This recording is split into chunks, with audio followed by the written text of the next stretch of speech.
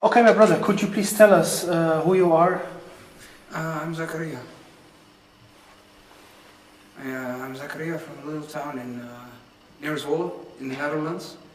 I'm 25 years old and alhamdulillah I'm Muslim now for almost 2 years. Could you tell me when was your first experience or your first meeting, how you would call it, with Islam? Was about after the elections in 2010 when Geert Wilders, his Freedom Party became really big. A lot of people voted for him and I was like, how can it be that people are choosing to vote for a man who's against Islam, who's against the religion we all acknowledge? And I decided to buy a Quran and I was really interested in, I don't know, I thought it was, you know, it's an old book, 1400 years old, the Quran. I was interested in how people still, you know, so devoutly followed the Quran and, you know, the teaching of the Prophet Muhammad, peace and blessings be upon him. So I started reading Surah Al-Fatiha, and I was like, right, I expected it to be old and I wouldn't feel attached to it. But it was, you know, fresh, it was new, something new. I really opened something. And I started reading more and more and more. And I came to I discovered the stories of Musa, Jesus, Abraham. And I was like, this is not what I expected. I expected something really totally different. You know, the religion of Muhammad turned out to be also the religion of Abraham, of Moses, of Noah alayhi salam, all those prophets. Did you have any religious background before? Well, my parents are Catholic.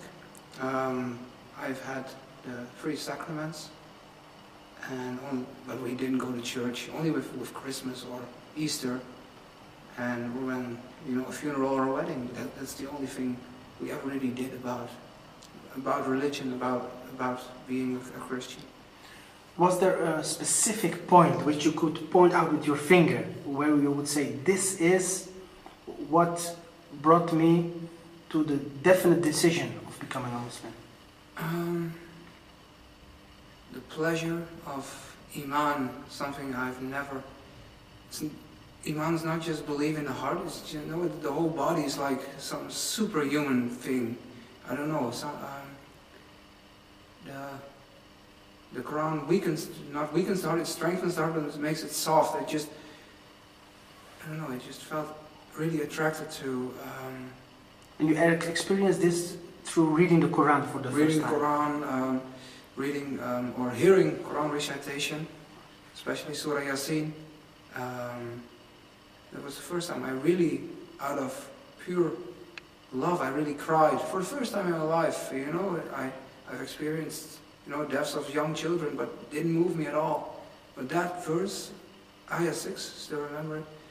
It just shook me, my whole body. Just that intense, just beautiful. So you decided to do the Shahada at that time? Yes, it was, I didn't even know how to pronounce it. It was alone in my room because I didn't know any Muslims. I never got any dawah or anything. I was alone in my room. I was looking for, you know, how can I become a Muslim? I found some websites and I still knew some speakers. You know, Ahmed Salam from Tilburg, for example. He was famous for not wanting to shake the hand of Rita Verdonk. And Abdul Jabbar van der Ven I still knew, you know, because of the thing after the death of Theo van Gogh. And I found websites where Abdul Jabbar was active on Islam.nl, and I found there what was the Shahada, how to pronounce it was even more important for me.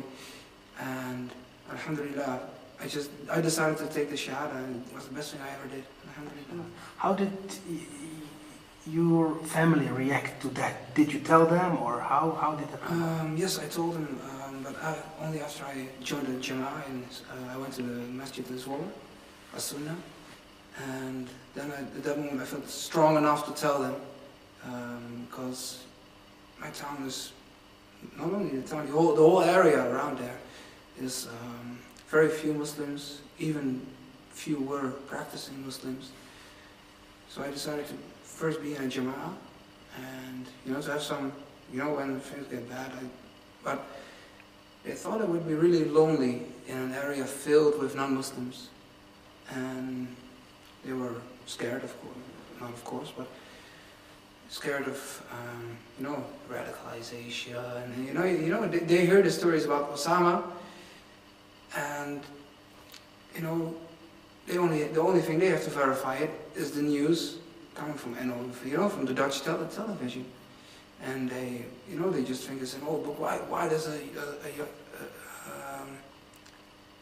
a boy from this small town, how can he choose for Islam? How can he choose the way of Muhammad? It's so weird for them. And your friends and environment, school maybe, how did those people react to your conversion? Well, very, very down to earth actually. It's not just that they didn't really accept it. Most of my friends I don't even speak with anymore.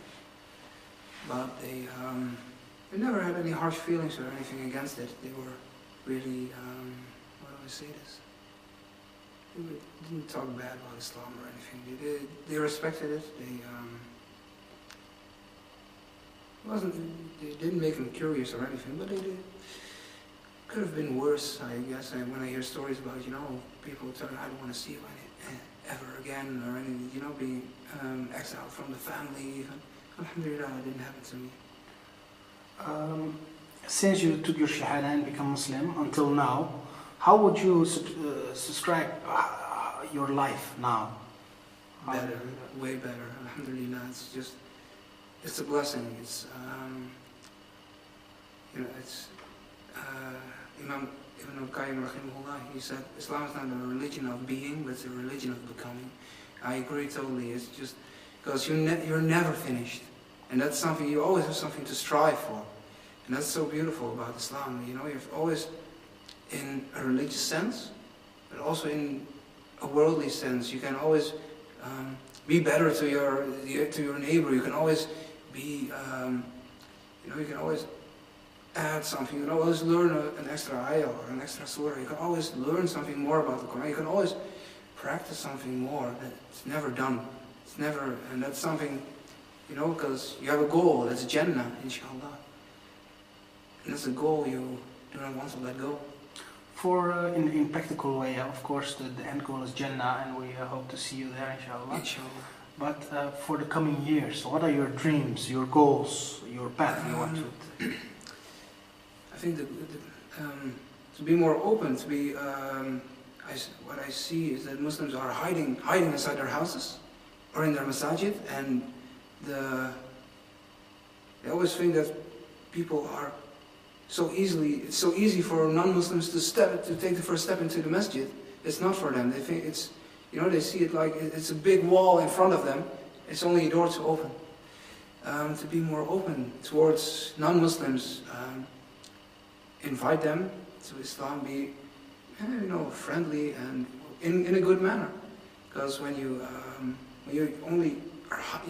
people are really hiding, be open, be transparent. And I think, inshallah, that will clear the road for so many people, inshallah, to either embrace Islam or have a more positive view about Islam. To conclude, is there an advice you would like to give maybe to Muslims, non-Muslims, who are watching?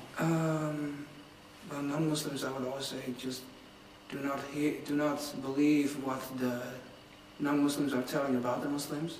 Because how can a non-Muslim tell you about the deen? How can a non-Muslim tell you about what is Islam? How can a non-Muslim tell you about what is a Muslim, what makes a Muslim?